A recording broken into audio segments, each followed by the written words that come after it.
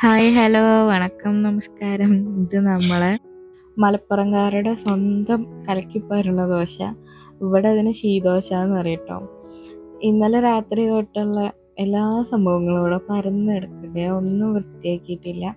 അപ്പം ഇന്ന് ചായയൊക്കെ കൊടുത്തു കഴിഞ്ഞിട്ട് അവർ പണിക്ക് പോയി കഴിഞ്ഞിട്ട് നമുക്ക് ക്ലീൻ ചെയ്യാമെന്ന് വിചാരിച്ചു. അതാവുമ്പോൾ കുറച്ച് സമാധാനത്തിൽ മെല്ലെ ചെയ്താൽ മതിയല്ലോ. അങ്ങനെ ആ സമ്പാദ്യത്തേക്ക് ഒരു നാഴികക്കല്ലും കൂടിയും കൊടുത്ത് പിന്നെ കഴിക്കാനുള്ളതൊക്കെ ആക്കി വെച്ചു. കൂന്തൽ റോസ്റ്റും ദോശയും ചായ ഉണ്ടാക്കിയിട്ടുണ്ടായിരുന്നു. ഇത് 4 ദിവസം മുന്നേ അമ്മ വൃത്തിയാക്കിയിട്ട് പോയ മുറ്റാണ്. 2 മഴ അടുപ്പിച്ച് പെയ്തപ്പോഴേക്കിന് അതങ്ങനെയായി. അത് കഴിഞ്ഞ് ചായ കുടിയൊക്കെ കഴിഞ്ഞിട്ട് ഏട്ടൻ ലോറിയിൽ പോയി. ലോറിയിലാണെന്നുണ്ടെങ്കിലും ലോഡ് ഇറക്കണതിനനുസരിച്ചിട്ട് വരാൻ പറ്റും കേട്ടോ. അപ്പോൾ അവർ വേഗം ഇറക്കി കൊടുക്കുകയാണെങ്കിൽ അന്ന് നേരത്തെ വീട്ടിലെത്താം. ചില ദിവസങ്ങളിൽ 6 മണിയൊക്കെ ആവാറുണ്ട്. ചിലപ്പോൾ 4 മണീൻ്റെ ഉള്ളിൽ തന്നെ എത്താറുണ്ട് കേട്ടോ. അപ്പോൾ അങ്ങനെ ആശാൻ പോയി, നമുക്ക് നമ്മളെ പണി തുടങ്ങാം. എനിക്ക് ആദ്യം ഒരു യൂട്യൂബ് ചാനലുണ്ടായിരുന്നു. അതിൽ അത്യാവശ്യം വാച്ച് അവറും കാര്യങ്ങളൊക്കെ ഉണ്ടായിരുന്നു, പിന്നെ സബ്സ്ക്രൈബേഴ്സൊക്കെ ഉണ്ടായിരുന്നു. പക്ഷെ ആ ചാനൽ എന്തോ കാരണത്തിൽ അത് പോയി. കുറേ തിരിച്ചെടുക്കാൻ നോക്കിയെന്നുണ്ടെങ്കിലും അത് തിരിച്ചെടുക്കാൻ പറ്റിയില്ല.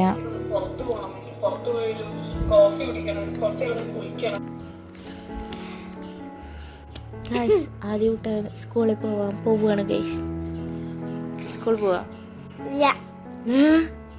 എന്താ പോവാത്? തനി മലയാളിയുടെ വീഡിയോസ് കണ്ടിട്ടാണ് എനിക്ക് അതേമാതിരി ചെയ്യണം, ഒരു യൂട്യൂബ് ചാനൽ വേണം അങ്ങനെയെന്ന് പറഞ്ഞത്. അന്നൊന്നും പിന്നെ ഇതിന് ഏണിങ്സ് കിട്ടും എന്നൊന്നും എനിക്ക് അറിയില്ലായിരുന്നു. പക്ഷെ എന്നാലും കുറേ കാലം കഴിഞ്ഞിട്ട് നമ്മളെ വീഡിയോസ് കാണുമ്പോൾ നമുക്കൊരു സന്തോഷമല്ലേ അതിങ്ങനെ കണ്ടിരിക്കാനും. ആദികുട്ടൻ്റെ ചെറുപ്പത്തിലത്തെ കുറേ കാര്യങ്ങളുണ്ടായിരുന്നു കേട്ടോ പഴയ ചാനലിൽ. പക്ഷെ അതൊക്കെ പോയി. ആ ഫോണ് എൻ്റെ അടുത്ത് ഇപ്പം ഉണ്ടെന്നുണ്ടെങ്കിലും ആ വീഡിയോസൊന്നുമില്ല, അതൊക്കെ പോയി. ആദ്യം നീറ്റ് പല്ലേച്ച് കുളിയൊക്കെ കഴിഞ്ഞ് ചായ കുടിക്കായിരുന്നപ്പോഴേക്കും ശ്രീകുട്ടൻ വന്നിട്ടുണ്ടായിരുന്നു വണ്ടി കഴുകാൻ. അപ്പോൾ അവൻ്റെ കൂടെ നന്ദും വന്നിട്ടുണ്ട് ആദ്യൻ്റെ ഒപ്പം കളിക്കാൻ വേണ്ടിയിട്ട്. അപ്പോൾ ബൈക്ക് കഴുകിയിട്ട് അവൻ അവിടെ തറവാട്ട് കൊണ്ടുപോയിട്ടിട്ട് പിന്നെ വന്നിട്ടാണ് കാറ് കഴുകാൻ വരുന്നത്.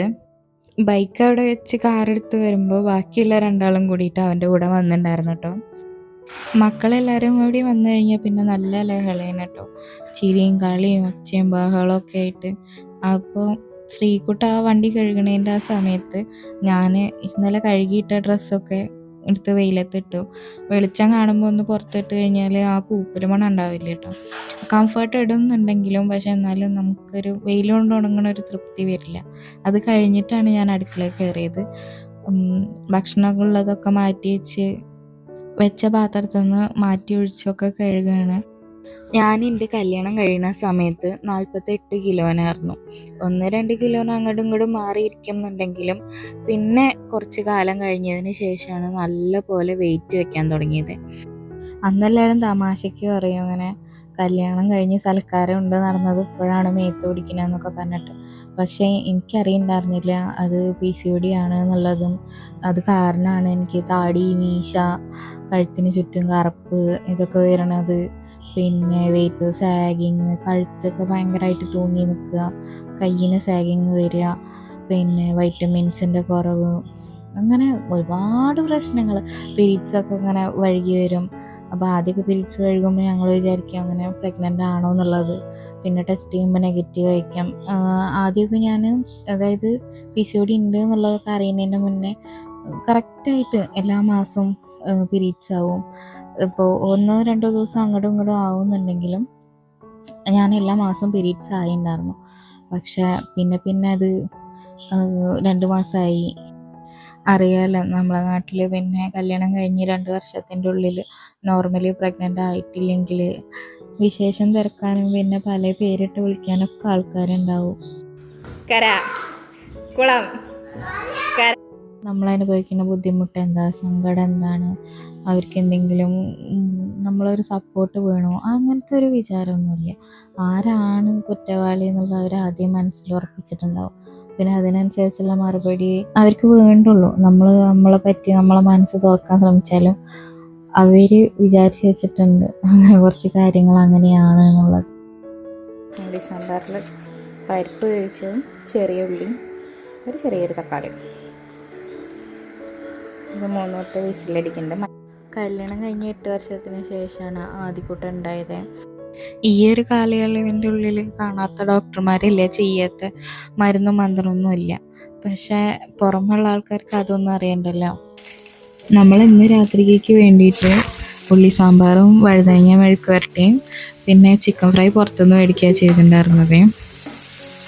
അപ്പോൾ പറഞ്ഞു വന്ന കാര്യം എന്താ വെച്ചാൽ, ഈ ട്രോമേൻ്റെ ഉള്ളിൽ കൂടെ വന്നിട്ടും നമ്മൾ ഒരു 8ാമത്തെ വർഷം ആയുർവേദം നോക്കി, പിന്നെ അലോപ്പതി നോക്കി, എല്ലാം നോക്കി, ലാസ്റ്റ് ഒന്നും ചെയ്യുന്നില്ല. ഹോമിയോ വരെ നോക്കിയിട്ടോ, ഒന്നും ചെയ്യുന്നില്ല എന്ന് പറഞ്ഞിട്ട് ഇരിക്കുന്ന നേരത്താണ് ഇവിടെ ഞങ്ങൾ വീടിൻ്റെ അടുത്ത് തന്നെ ഒരു ചെറിയ ഡോക്ടറുണ്ട്. അപ്പോൾ എൻ്റെ പീരീഡ്സിൻ്റെ കാര്യം എനിക്ക് ശരിയാക്കണം എന്ന് പറഞ്ഞിട്ട് ഞാൻ പോയി മരുന്ന് കുടിക്കുന്നത്. അപ്പോൾ ആദ്യത്തെ മാസം കറക്റ്റായിട്ട് പീരീഡ്സ് വന്നു. ഡോക്ടറോട് ഇങ്ങനെ പറഞ്ഞു, ഇങ്ങനെ മരുന്ന് ഇത്ര കാലം കുടിച്ചിട്ടുണ്ടായിരുന്നു എന്ന് പറഞ്ഞപ്പോൾ ഡോക്ടർ ഒരു മരുന്ന് തന്നു 20 ദിവസത്തിന്. ഞങ്ങൾക്ക് 2 ആൾക്കും തന്നു. 2 ആളിനെയും ടെസ്റ്റ് ചെയ്തിട്ടാണ് തന്നത്. ആ മരുന്ന് കുടിച്ചതിന് ശേഷം പിന്നെ ഞാൻ കൺസീവ് ആവുക ചെയ്തത്. ആ മാക്കറി കൊക്കറിയാണ് ഇരുന്നിട്ട് ആ ചിക്കൻ കാല് കഴിക്കുന്നത് കേട്ടോ. പിന്നെ പ്രഗ്നൻസിയിൽ കുറച്ച് ഇഷ്യൂസും കാര്യങ്ങളൊക്കെ ഉണ്ടായിരുന്നു. അത് ഞാൻ അടുത്ത വീഡിയോയിൽ പറയാം. ഇഷ്ടമാണെങ്കിൽ സബ്സ്ക്രൈബ് ചെയ്യണേ.